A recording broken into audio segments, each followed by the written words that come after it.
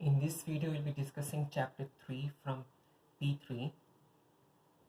P3 has got two chapters on trigonometry, and in this one, we'll be discussing the first chapter, which is chapter 3. And in this video, in this chapter actually, we'll be discussing reciprocal trigonometric functions. Now, before we start with the reciprocal trigonometric functions, let's have a small revision on the trigonometric functions that you already know. So we have, as of now, we know three trigonometric functions, and they are, as of now, we have got three trigonometric functions, and they are sine, short form sine. Let's write it down as sine theta. We also have cosine function, short form cos theta, and we have the tangent function, short form tan theta. Now, from our O-level mathematics, we know that sine theta is equal to opposite by hypotenuse, cos theta is equal to adjacent by hypotenuse, and tan theta is equal to opposite by adjacent. So this is the definition that we have from our O-level mathematics. From our from our P2 in A-level mathematics, we had this circle that we used to define our trigonometric functions in a broader sense. So let's consider a unit circle of radius 1.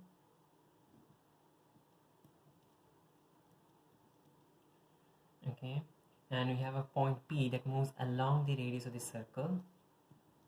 We have a point P that moves along the radius of the circle.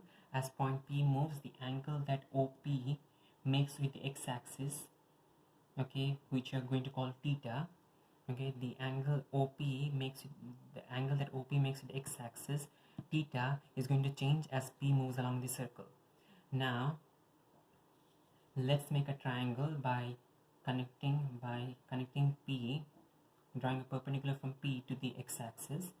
In this case, you have a right angle triangle, and let's name this point as A. Let's name this point as A. So applying our O-level mathematics over here, we notice that sine theta is equal to opposite by hypotenuse. Okay, so for this theta, opposite is AP, and hypotenuse is OP. Okay, so AP by OP, and in this case AP is more, if P has coordinates x comma y, in that case the length AP is going to be the y coordinate of P. This is the same as P, and this is the same as x.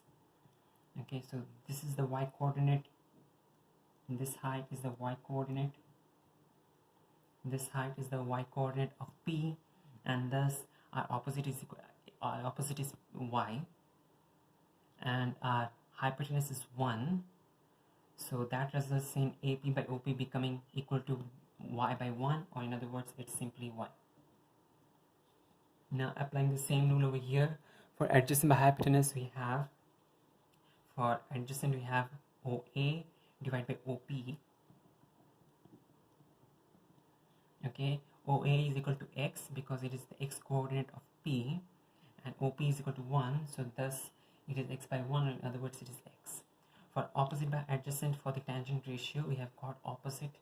The opposite is equal to, opposite is AP, and adjacent is, and the adjacent is OA, resulting in AP is equal to y, OA is equal to x, therefore this is y by x. Okay, now in P3 you'll be studying three more trigonometric ratios. Okay, you could call them siblings or brothers for the trigonometric ratios that you already have. We are having three more trigonometric ratios, and the three trigonometric ratios are the secant ratio, the cosecant ratio, and the cotangent ratio. Now let's start with the cosecant ratio. The cosecant ratio,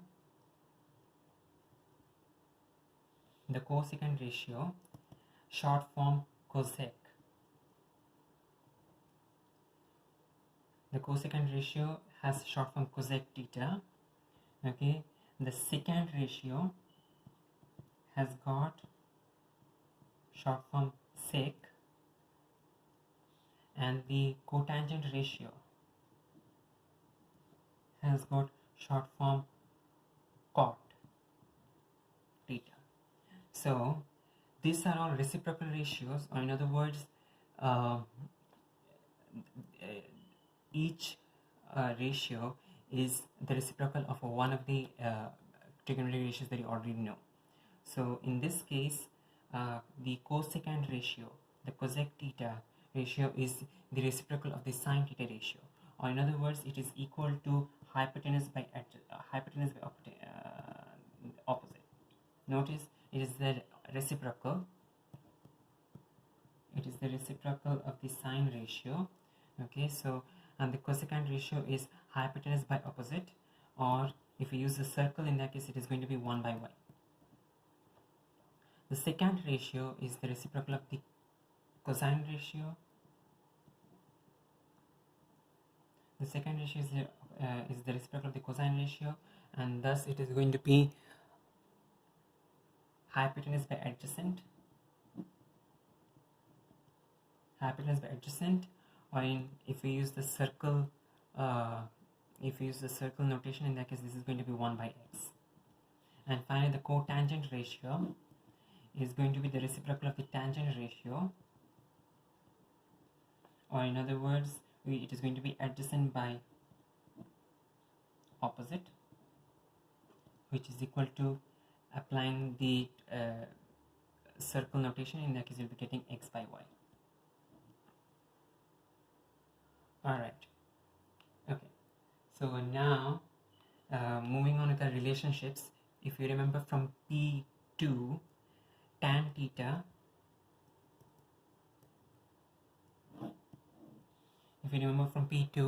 tan theta is equal to y by x. Tan theta is equal to y by x, and if you notice, y is equal to sine theta and x is equal to cos theta. Therefore, tan theta is equal to sine theta by cos theta, and this was an identity that you learned in P2.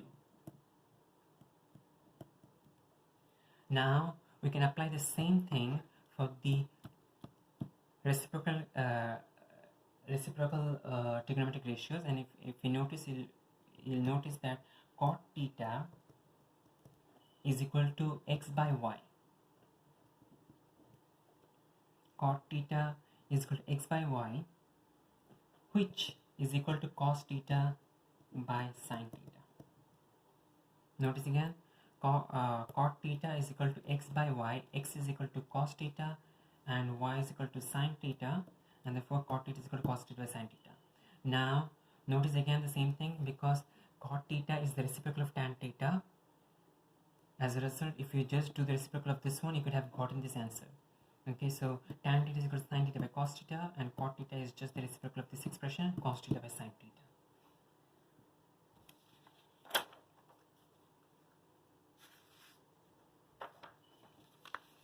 Now, moving on with our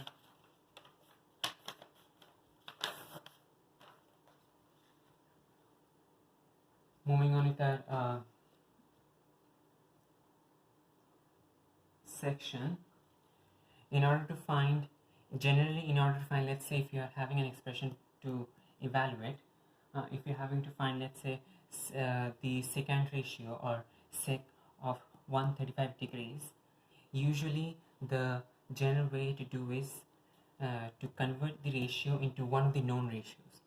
And by known ratios, I'm referring to sine, cos, and tan. Since sine, cos, and tan are known ratios, and we've already discussed them in P2.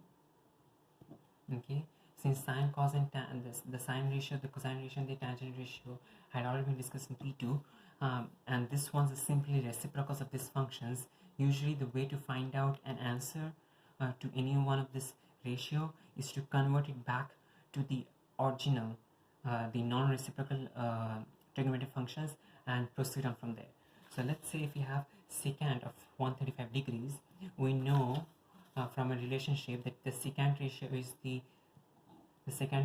the reciprocal of the cosine ratio. As a result, we secant of 135 degrees is going to be equal to 1 divided by cos of 135 degrees. Alright, so you know the secant of 135 degrees is now equal to 1 by cos of 135 degrees, and now the rest is going to be regular P2 mathematics, where you need to find out what cos of 135 degree is and then move on with the problem. To find out what cos of 135 degree is, this is going to be more of a revision for P2. Okay, notice that we had learned in P2 the 4 quadrants. In the first quadrant, all the ratios are positive. In the second quadrant, only the sine ratio is positive. In the third quadrant, only the tan ratio is positive, and in the fourth quadrant, only the cos ratio is positive. And so we have got cos of 135 degrees, and 135 degrees falls in the second quadrant. So since 135 degrees falls in the second quadrant and it is a cos ratio, but only the sine ratio is positive in the second quadrant, as a result cos 135 degree is going to be a negative value, negative cos of an angle, of an equivalent angle from the first quadrant. And the equivalent angle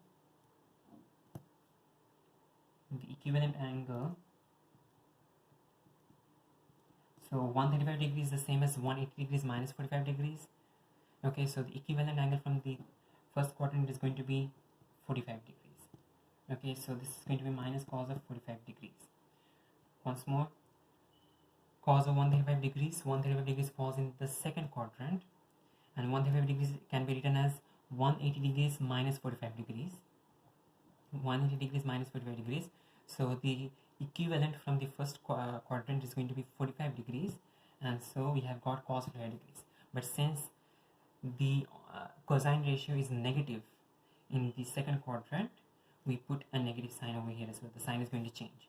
So cos 135 degrees is equal to minus cos 45 degrees, and cos 45 degrees is equal to 1 by root 2, and thus this is minus 1 by root 2. Now inserting this back into our original equation, sec of 135 degrees is equal to 1 by cos of 135 degrees, and that is equal to the reciprocal of this ratio, which is minus root 2. So that's how you find out this answer. Now let's consider another example. Okay, let's consider cot of 210 degrees. Okay, to find cot of 210 degrees, again general procedure is to convert it back to one of the ratios that you already know, and from our reciprocal relationships, you know that tangent and cotangent ratios are reciprocals to each other. Tangent and cotangent ratios are reciprocals to each other. As a result, cot of 210 degrees is equal to 1 by tan of 210 degrees. Now to find what tan 210 degree is, okay, notice that 210 degrees falls in the third quadrant. Okay, 210 degrees falls in the third quadrant. It is equal to 180 degrees plus 30 degrees. 180 degrees plus 30 degrees. So as a result, the equivalent in the first quadrant is going to be 30 degrees.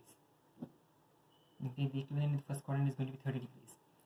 Alright, once more again, 210 degrees falls in the third quadrant, and that is equal to 180 degrees plus 30 degrees, and so the equivalent in the first quadrant is going to be 30 degrees. So tan 210 degrees is equal to tan 30 degrees, and notice that in the third quadrant tan is positive. As a result, the sign does not change here. It is going to be the same. So tan 210 degrees equals tan plus tan 30 degrees, and tan of 30 degrees is equal to 1 by root 3, and so we have got plus 1 by root 3. Inserting this back into our original equation, we get cot of 210 degrees equals 1 by tan of 210 degrees, which is equal to positive root 3. That's how you find out this answer. Now let's consider another example, and in this one we'll be considering cosec of 300 degrees. Cosec of 300 degrees, again apply the general rule back. We have got cosec of 300 degrees is equal to 1 by sine of 300 degrees, because from our reciprocal relationships, cosec and sine are reciprocals. As a result, cosec of 300 degrees equals 1 by sine of 300 degrees. And so we need to now find out what sine of 300 degrees is. 300 degrees, this mark at the third quadrant ends at 270 degrees. 300 degrees falls in the fourth quadrant, sorry. 300 degrees falls in the fourth quadrant and can be written as 360 degrees minus 60 degrees. Okay, you always start counting from the x-axis. Notice that all the counts are starting from the x-axis, not from the y-axis. Okay, so 300 degrees is equal to 360 degrees minus 60 degrees. Okay, and so 360 degrees minus 60 degrees means that the equivalent for the first quadrant is going to be 60 degrees. The equivalent for the first quadrant is going to be 60 degrees. So sine of 300 degrees is equal to sine of 60 degrees. But notice that only the cos ratio is positive in the fourth quadrant. The sine ratio is thus going to be negative, or in other words, the sign is going to change here. Once more, 300 degrees is equal to 360 degrees minus 60 degrees. The equivalent is going to be 60 degrees for the first quadrant, so you get sine 60 degrees. But cos is negative for the fourth quadrant, and as a result, since cos is negative for the fourth quadrant, we're going to have minus sine 60 degrees. Now, we know that sine 60 degrees is equal to root 3 by 2, and thus this is going to be minus root 3 by 2. Applying this back over here, cosec of 300 degrees equals 1 by sine 300 degrees, which equals minus 2 by root 3. Alright, now before we continue moving with the rest of it, let's consider the circle or the diagram over here. We know that the first quadrant all ratios are positive. Okay, and in the first quadrant all ratios are positive. In the second quadrant only the sine is positive. In the third quadrant only tan is positive, and in the fourth quadrant only cos is positive. Now applying our reciprocal ratios, since all ratios are positive in the first quadrant, since all ratios are positive in the first quadrant, all reciprocal ratios are also going to be positive in the first quadrant. Since only sine is positive in the second quadrant, only cosec is going to be positive in the second quadrant. In the third quadrant, since only tan is positive, only cot is going to be positive from the reciprocal ratios, and for the fourth quadrant, since only cos is positive from the reciprocal ratios, only secant ratio is going to be positive. So this is just general information, but usually as long as you remember the all sine, tan and cos part, you do not actually need to worry much about it, because most of the time you'll be converting the reciprocal ratios into one of the ratios that you already know and proceed from there using a P2 mathematics that you have studied earlier.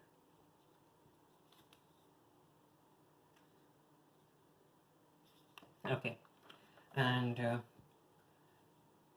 to end this section, we need to just go over the trigonometric ratio values for the common angles that you often come across in our questions. So let's consider the angles 0 degrees, 30 degrees, 45 degrees, 60 degrees and 90 degrees. Okay, these are the ones that you need to always have memorized. Okay, so we know from P2 mathematics that the sine of 0 degrees is 0. If you remember the graph for sine, okay, it starts this way. So it starts on 0 and at 90 degrees it ends at 1. Okay, the cos graph starts from 1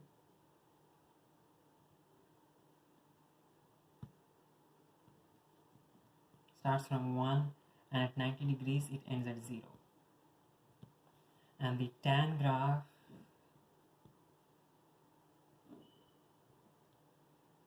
starts from 0 and moves on towards infinity.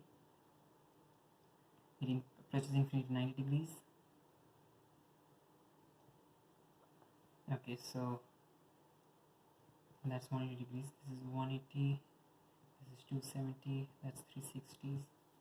360 degrees. This is 180 degrees.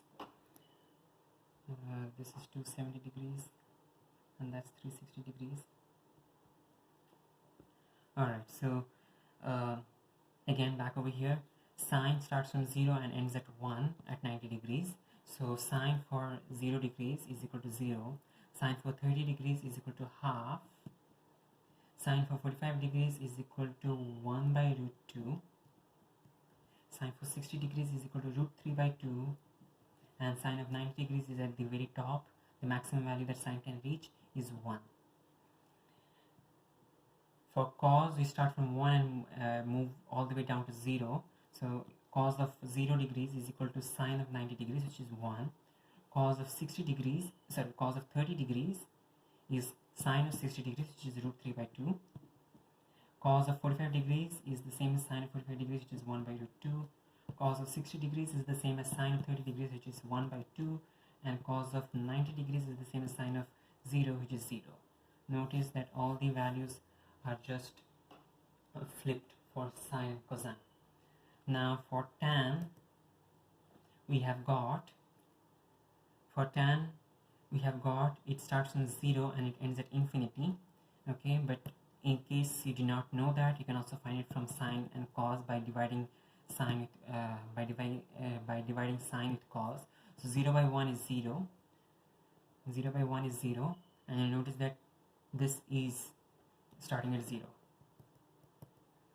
Just to complete this, tan is equal to sine by cos. So 0 by 1 is 0. 1 by 2 by 1, root 3 by 2 is 1 by root 3. 1 by root 3 is tan 30 degrees. 1 by root 2 by 1 by root 2 is 1. Root 3 by 2 by 1 by 2 is root 3. And 1 by 0 is infinity or undefined. Okay, in some cases you'll be noticing the word undefined. Okay, because this thing is reaching infinity. Now, this is what was there in P2. Here we'll be constructing a table for the remaining 3 trigonometric ratios. And so we have, for sine, the reciprocal is cosec. Okay, for cos, the reciprocal is sec. And for tan, the reciprocal is cot or cotangent. Okay, just to make sure, sine and cosine, but this one is cosec and sec, so the co-ratio is actually paired up with the sine, and the cosine ratio is actually paired up with the non-co ratio. Okay, but the tan and the cot are, should I say, brothers and sisters always. Okay, let's consider the. Now we'll be looking into the graphs for cosec, sec and cot in the next video, but for the time being we'll be just simply using the values over here to find out the values for these 3 ratios. Okay, so cosec of 0 degrees is going to be 1 by sine of 0 degrees, and 1 by sine 0 is 1 by 0, or in other words this is undefined, or it is infinity. Okay, cosec of 30 degrees is 1 by sine of 30 degrees, or 1 by half, which is equal to 2.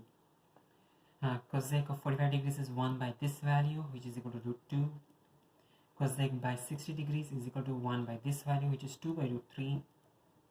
And cosec of 90 degrees is 1 by 1, which is simply 1. Again, the same thing we apply for sec.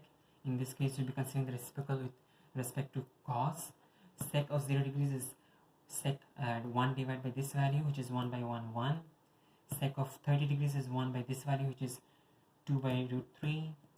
Sec of 45 degrees is 1 by 1 by 1 by root 2, which is root 2. Sec of 60 degrees is 1 by cos of 60 degrees, or 1 by half, which is equal to 2. And sec of 90 degrees is equal to 1 by cos of 90 degrees, or 1 by 0, which is infinity or undefined. Okay, finally for cot we consider tan. So we could consider cot is equal to cot of 0 degrees is equal to 1 by 0, or which is infinity. Cot of 30 degrees is 1 by root 3, which is equal to root 3. Cot of 45 degrees is 1 by 1, which is 1. Cot of 60 degrees is 1 by root 3, which is 1 by root 3. And cot of 90 degrees is equal to 1 by infinity, or in other words, that is 0. 1 by infinity is 0.